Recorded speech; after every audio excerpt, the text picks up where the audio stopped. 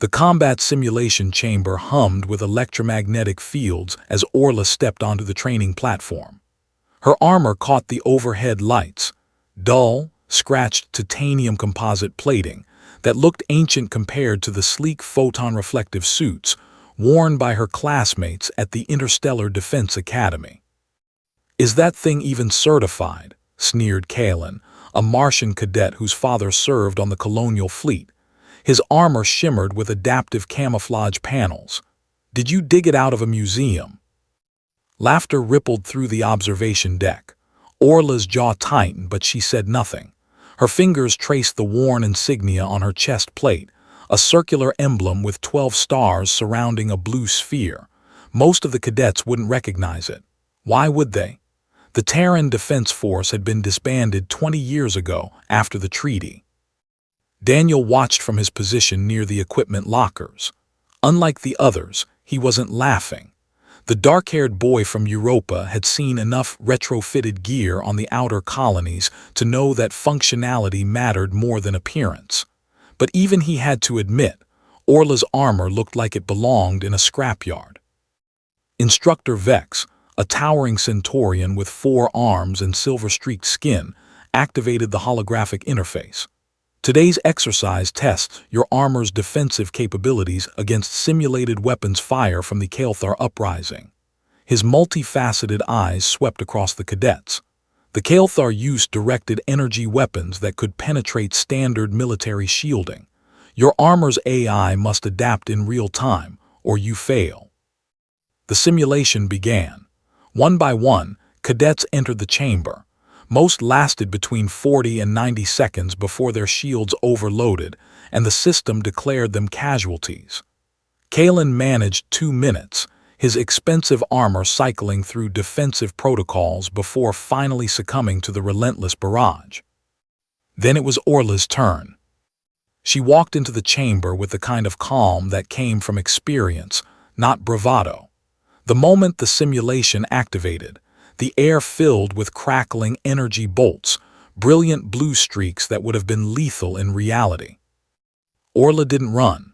She didn't dodge frantically like the others had. Instead, she moved with deliberate precision, her body angling in ways that seemed almost prescient.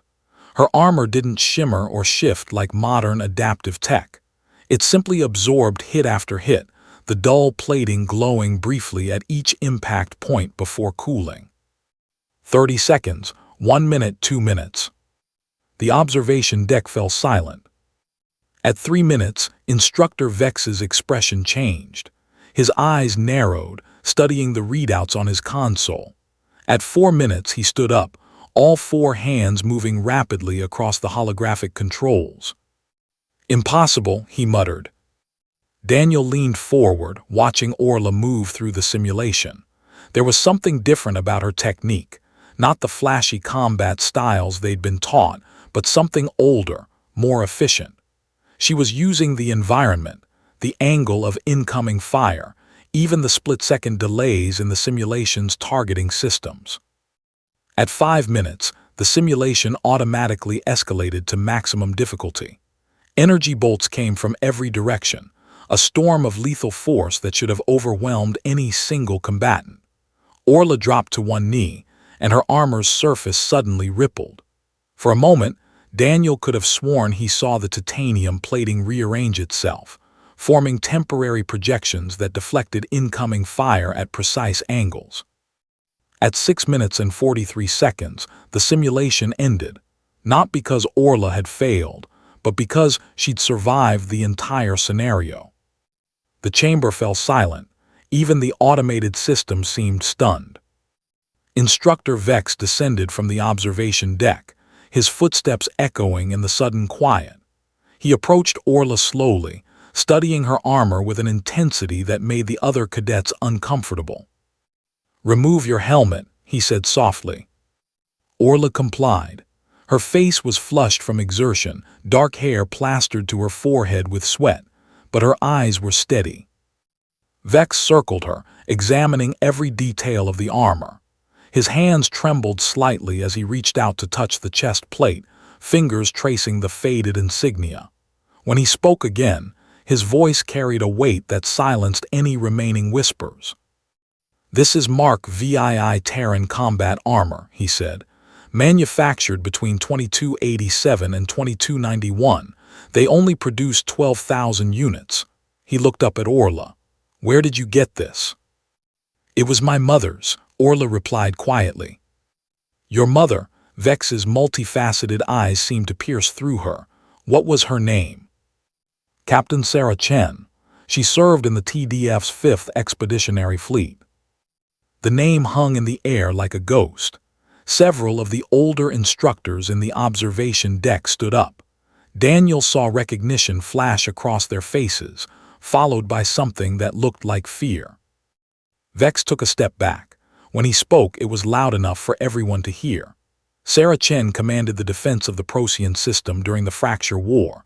When the hegemony's dreadnoughts arrived with Extinction-class weapons, the colonial fleet retreated. They abandoned 12 billion civilians. His voice hardened. The Terran Defense Force didn't run. 300 ships against 12,000.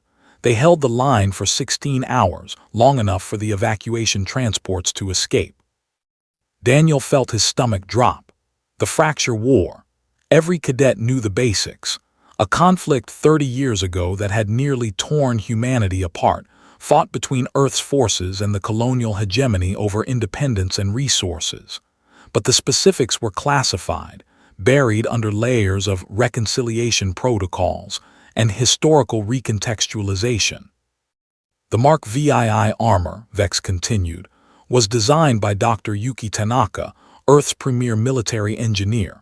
It doesn't use modern AI-driven adaptive shielding. Instead, it employs something more dangerous: predictive kinetic redistribution. The armor doesn't just absorb energy, it learns the firing patterns, calculates trajectories, and physically restructures its molecular bonds to deflect attacks at optimal angles. It requires perfect synchronization between the wearer and the armor's neural interface. He turned to face the assembled cadets. This technology was banned by the Unity Accords because it was too effective. The hegemony demanded its destruction as a condition of peace. Earth complied publicly, but a few hundred suits survived, hidden by TDF veterans who refused to let their sacrifice be erased. Kalen found his voice. "But sir, if it's so good, why doesn't Earth's current military use it?" "Because," Vex said coldly, "the Unity Accords granted the colonies their independence in exchange for Earth's permanent disarmament. No offensive fleet, no advanced weapons development, no military academies on Earth itself. The planet that birthed humanity became the one world in the Federation forbidden to defend itself." Orla's hands clenched at her sides. Daniel could see the muscles in her jaw working. "The Fracture War ended when Earth's orbital defenses fell," Vex continued. "The colonial fleet entered Terran space and demanded surrender. Captain Chen and the remnants of the 5th Fleet made a final stand at Luna Station. They were outnumbered 30-1. He paused. None of them survived, but they bought enough time for Earth's government to agree to terms before the colonies could deploy planet cracker weapons. The observation deck was deathly silent now. "So when you mock this cadet's armor," Vex said, his voice dropping to barely above a whisper, "understand what you're mocking. This armor fought in the war that established your colony's freedom. It absorbed weapons fire meant to exterminate the species. Every scratch, every dent, every scorch mark is a testament to someone who chose duty over survival." He looked directly at Kalen. "Your father serves on the colonial fleet, cadet. Ask him about the Battle of Procyon. Ask him why his generation doesn't speak about the Fracture War. Ask him how many times he looked at Earth through his viewscreen and wondered if the peace was worth the price." Orla stood motionless, her expression unreadable. Daniel watched her carefully and realized she hadn't known, not all of it. She'd known her mother died in the war, but perhaps not the full context of that sacrifice. Vex turned back to her. "Your neural synchronization rate with that armor is 97%. Most modern soldiers achieve 60% with their standard-issue equipment after years of training. You've been wearing this, 6 months? Since I was accepted to the academy, Orla confirmed. My aunt gave it to me. She said my mother would have wanted me to use it. Your mother's neural patterns are still encoded in the armor's matrix, Vex said. It's teaching you not just tactics but her combat philosophy, her decision-making patterns. In a way, she's still training you. Daniel stepped forward without thinking. Sir, if this technology is so effective, why aren't we learning from it? Why pretend it doesn't exist? Vex's laugh was bitter. Because the truth is complicated, Cadet. The Unity Accords brought peace, but they also rewrote history. The colonies needed Earth to be the aggressor, the oppressor they'd heroically overthrown. They couldn't admit that Earth's military had been defending civilian populations while colonial forces prepared weapons of mass extinction. That narrative doesn't fit neatly into independence celebrations. He placed one hand on Orla's shoulder. You have a choice, Cadet Chen. You can wear this armor and carry the weight of what it represents, or you can requisition standard equipment and blend in with your peers. No one would blame you for choosing the easier path. Orla looked down at the armor, at the worn plating that had saved her mother's life dozens of times before failing at Luna Station.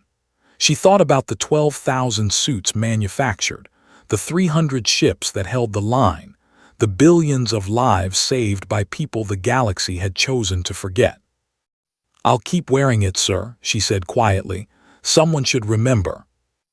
Vex nodded slowly. Then I'll teach you properly. The techniques encoded in that armor's matrix are beyond standard curriculum, but if you're willing to learn, I'll show you what the Terran Defense Force really was. He glanced at Daniel. You too, Cadet. If you're interested in understanding how outmatched forces win impossible battles. As the other cadets filed out in silence, Daniel approached Orla. She was still staring at her armor, running her fingers over the insignia. I'm sorry, he said, about your mother. Orla looked up, and for the first time he saw tears in her eyes. She never told me. My aunt, my family, no one explained what really happened. They just said she died honorably.